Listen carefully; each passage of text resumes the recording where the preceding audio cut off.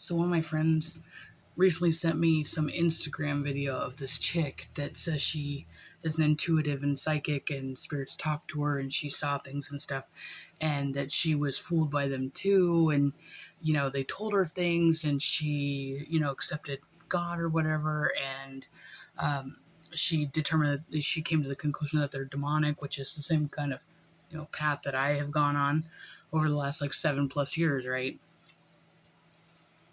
And since I have been warded, I was exercised, warded, whatever, exercised and warded. I haven't had any of, it's the same thing that she says in her video. I haven't had any weird visions of death or anything like that. I mean, they even predicted Charlie Kirk's death, but that was before I was, purged to them, and I was still associating with them. I wouldn't say dealing with them, because I was allowing it. But when I was still had a relationship with demonic entities, they told me about Charlie Kirk's death. That's why I still have the EVP text translations for them talking about it. And it's the same things that told me about COVID and all that, even though I do think partially something ancestral probably told me about the COVID shot, because if I wouldn't have been told about it as blatantly as I was, I probably would have ended up getting it. And yeah, anyway. So I've kind of been just blocking out the spiritual stuff, trying to live a normal life, enjoying it. For the first time in almost a decade, I feel normal. Boring, but normal. And this whole death with Charlie Kirk thing, and then feeling like this guilt about getting those messages, about knowing about it and all that, and then also reflecting too, 5 years ago when my father died, and I was deep into the relationship with the demonic things. I mean, I don't know how else to put it. I'm not proud of it, but that's pretty much what was going on. Didn't know they were demons at the time. But when I was friends with them, whatever I want to call it, I'm sure they don't look at it that way, but that's how I did. And I used runic stuff to invoke them to do something, and they killed that guy that was being really cruel when my dad died and took over his shop and stuff. And just thinking back to the memories about how I was salivating and excited about over that guy's death. And I'm not saying I feel bad, because I kind of just feel like I've washed my hands of that thing. It happened. Reflecting on it and developing new feelings about it doesn't really change anything. So I'm just going to kind of let it go. I'm done with the whole, I successfully, cursed something and caused somebody to die thing. I don't like bragging about that anymore.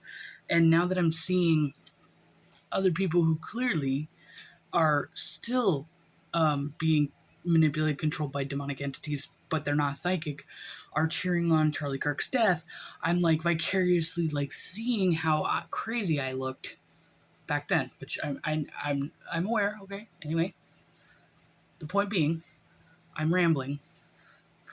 But back when I was trying to get quote unquote spiritual messages back then, occasionally an ancestor, a god, whatever, a familiar, nothing in the negative sense, but something that would be positive, was trying to get through to me and tell me something. There would always be Mimi or some other demonic thing trying to muddle the message or confuse me. And that's why they would overwhelm me with all kinds of text and messages and random shit, and they would throw in random mundane stuff just to correlate and show me that they know things that are going to happen. So I fixate on little things they tell me. So when when I would have an important message from an ancestor or God or whatever, Holy Spirit, whatever you want to call it, depends on what your religious view is, right? They would try to distract me from that. And what's interesting now is that now that I don't have any of that distraction going on, because they can't make contact with me anymore. I know they try to, but it doesn't come through. It's hearing I can sense that there's something there, but they're not getting in anymore. And I've sworn off, obviously, the EVP stuff, the devices, the ghost, all that stuff that they use for paranormal investigations. I don't do that shit anymore. But anyway, so I do use my dice. And this is, I think, the first time that I've like felt inspired to use it. And I'm not getting confusing messages. So even back when I started using the dice, when Mimi was around and demonic things were infiltrating, my conversations with God or my ancestors or whatever, I would get one answer and then an answer that would be completely contradictory to what I was asking or what we were talking about to confuse me, right? Well, all of a sudden, I'm just sitting here like using my dice over and over, asking a question, then asking a follow-up question from the answer I got, and I'm getting consistent answers. And things are kind of clicking a little bit more. So it's like I started having a spiritual awakening during my first Saturn return, and I started being able to like connect with ancestors, gods, spirits, the spirit world, or whatever. And that's when the demonic things decided to just show up and try to deter me from being told what I'm being told now. And so I guess I needed a couple years of just like radio silence, not trying to say a pun with the whole thing I used to use, but to then know what is what. And, for a moment, a little bit ago, I said maybe like a month or so ago, I was like reflecting on, God, it's so boring. Maybe my spiritual gifts are gone. And maybe like these tattoo binds I got on my arms, maybe they blocked everything out and I don't have any gifts anymore.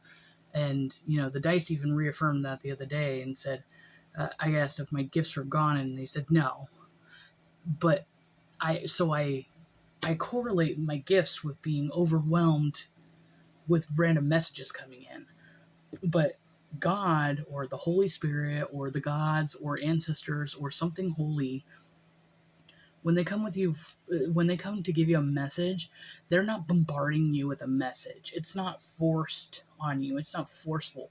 They're just like gently they only kind of step in and give you advice, either if you ask for it or if they feel you really need it. Because that's the whole, free will kind of thing that's, reiterated throughout religious texts, is that they're hands off. They're just watching, supportive, but they don't get involved.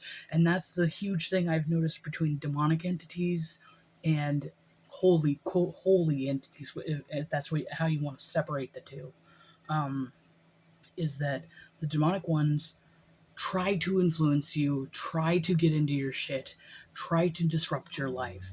And the ones that want you to do good and are looking out for you are the ones that step back and want you to learn, want you to live, want you to guide your own life.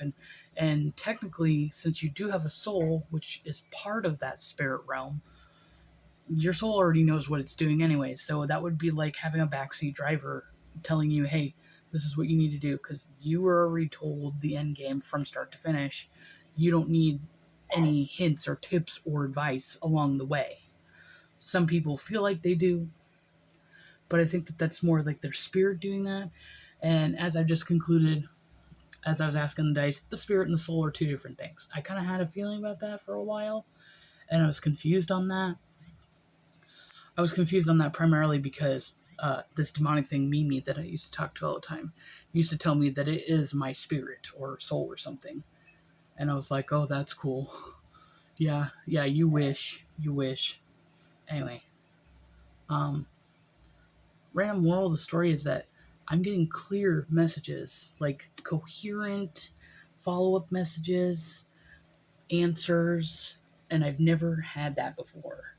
And it's very cool. And I've been reading obviously my transits, and the emphasis with Neptune going into Aries and versus it being in Pisces is that there's a chance for possession and demonic blah blah blah blah blah, whatever you want to call it, going on during Neptune and Pisces, which has happened to a lot of people, which is what I feel like a lot of people have been influenced in, that why they're as crazy as they are.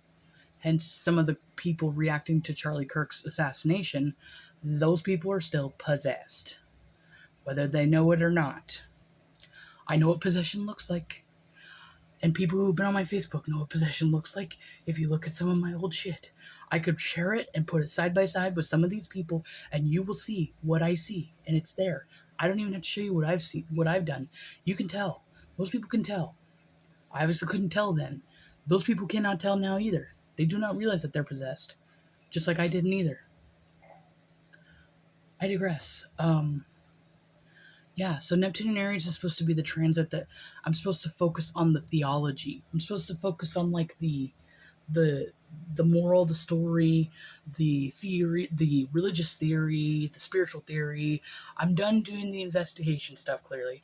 I'm done playing, trying to find out what that shit is. I'm clearly aware of what that shit is. I do not need to be told anymore or shown anymore what that shit is. I've gone to the complete full lengths, almost to a fictional level of what that shit does and what it looks like. Documented it too much. Anyway, so Neptune in Aries is about actually putting in the critical thinking to religious thought. And Yomi joked about this, that there's going to be a lot of spiritual gurus and stuff coming out, a lot of fakes. Which, I mean, hello, there always are. So what I'm supposed to be focusing on is more piecing together, the long game, I guess, of the spiritual world versus our lives. And this is the time frame that if I'm going to write a book of any kind, this is the time to do it. Doing it when I was possessed was not a good idea. And if I would have done that, that probably wouldn't have been my book. And and there were times when I was like really writing stuff out and thinking I should publish it. And then I'm all like, I had this feeling in the back of my head. I'm like, this is nothing that should be seen by the light of day. And I know why. Because I'm sure, just like Aleister Crowley and all kinds of other occultists that have worked with demons without their knowledge, have published shit that the demons wanted them to. And I'm not going to be their tool for that. I definitely will use my experience as a reflection, but I was not going to be their proxy any more than they already were making me. The end. I'm going. Goodbye.